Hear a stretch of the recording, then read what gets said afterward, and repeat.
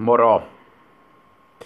Se on vähän reilu viikko mennyt, ei tullut perjantaina blogia ulos. Yksinkertainen syy, aivan hitommoinen kiire. Olin koko perjantaipäivä sairaalalla ja kuuntelemassa erinäisiä tarinoita tuosta torstaina laitettavasta dialyysikatetrin jutusta ja sitten oli munuaislääkäri ja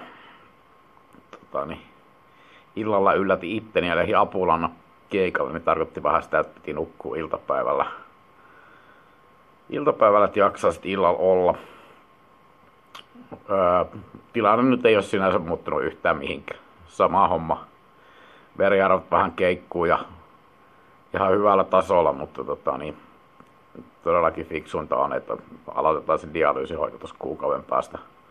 Kunhan toi katetri on laitettu ja se on sitten kerennyt juurtu tonne vatsan seutuville. Tarkoittaa sitä, että torstaina sairaalaa nukutuksessa laittavat sen kateterin, perjantaina pääsen pois. Toivottavasti pääsen perjantaina, mutta parisin kevään keikalle jo illalla. Sitten siitä mennään tonne marras-joulukuun vaihteeseen ja sitten alkaa dialyysi. Oikeastaan ootan tosi paljon, että alkaa, koska parantaa tuon olon kuumasti, kun alkaa vaikuttaa. Ei tarvitse kitkutella. Huomasi kyllä niin kuin esimerkiksi eilen tuossa lauantaina, kun perjantaina rankka päivä, niin aivan kosellut superpaha krappula, vaikka ei mitään juonutkaan muut kuin vettä. Todellakin aika paljon odotan sitä, että se alkaa että pääsee sitten muutenkin vähän aktiivisemmin touhuumaan, koska energiatasojen pitäisi nousta sitä myötä huomattavasti. Ainut, että tässä on kyllä viimeiset 2 viikkoa ollut, kun kävin pohtimaan sitä, että onko se munuaishaimo vai pelkkä munuaissiirto. Ja tämä on yksinkertaisesti se tilanne, että se on mun elämän yksittäinen suuri ratkaisu, mitä mä sen suhteen teen. Todella paljon ajatukset heittelee. Heijastuu vähän kaikkia ajatuksia. Ei niinku ihan semmoinen stabiili on noiden ajatusten suhteen. Ja pitää yrittää niin kuin aktivoitua ja tehdä kaikkea, ettei mietti sitä liikaa, mutta totuus on vaan se, että mun pitää pystyä se niin kuin sinä päivänä, kun mä elinsiirtojonoon pääsen, niin tietämään, että mitä niin kuin siirrännäisiä siirtoa lähdetään tekemään. Ei todellakaan ole helppo päätös. Ei niin monta asiaa, mitkä puoltaa, että molemmat. Sitten on taas asioita, mitkä puoltaa, että pelkkä munuaine.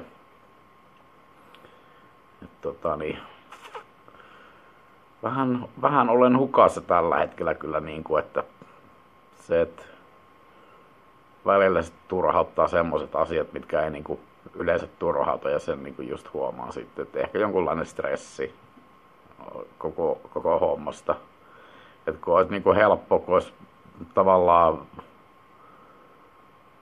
aikaa pyöritellä näitä asioita silleen pitemmänä, mutta nyt on tilanne se, että ei ole, mutta sekin on toisaalta hyvä, että se deadline on, koska se, että jos se liian pitkään pyörittelyt, että sitä päätöstä tee, koska jäät sitten vaan siihen, että no ehkä sen päätöksen teen joskus, mutta kun se ei sitten mene silleen.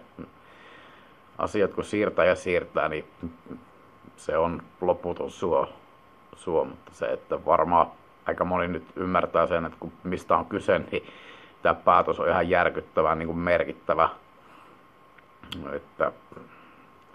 Mutta pitää nyt pikkusen vielä lääkäreiden kanssa keskustella, koska yleensä se tuo sitten vähän varmuutta noihin asioihin, koska kaikki tämä dialyysihoito ja nää, niin meikäläisellä silloinkin ajatukset pyörii, että ei hetto mitä tästä tulee, mutta sitten mitä enemmän niin kuin saanut tietoa, niin sen enemmän niin kuin ne omat ajatukset sitten niin kuin siihen oikeastaan käynyt selkiytymään. Työhommat on pikkusen aikaa nyt jäissä yksinkertaisesti. Et teen mitä teen, mutta muuten en oottelen oikeastaan tonne vuoden loppuun asti ja sitten käyn niin kuin tekemään näyttelyn loppu ja siihen liittyvät asiat, että toki niin kuin alustavia juttuja hoidan, mutta mitään isoja juttuja en nyt tällä hetkellä tee. Et tämmöstä tää on. Vähän odottavat tunnelmat tosissaan. Mutta katselemme eteenpäin, mitä elämä tuo. Toivottavasti jotain hyvää. Tai siis se tuo aina hyvää, se on ihan selkeä juttu. Mutta ollaan taas kuulolla. Tää blogi oli tämmönen. Ensi viikolla tulee varmasti vähän enemmän taas tietoa, kun käy tuolla sairaalassa. Se on lähes tullut toiseksi kodiksi tosissaan. Mutta hyvää alkavaa viikkoa kaikille ja muistakaa hymyillä ja hyppiä lehtikasoissa. Jeps, moro. Ja ai niin, tällä kertaa ei kuunnella musiikkia. Tällä kertaa lähetän terveisiä. Lähetän terveisiä omille rakkaille vanhemmille, ne isälle ja äitille, sekä tietenkin myös veljelle.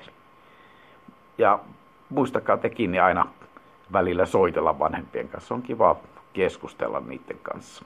Jeps, moi!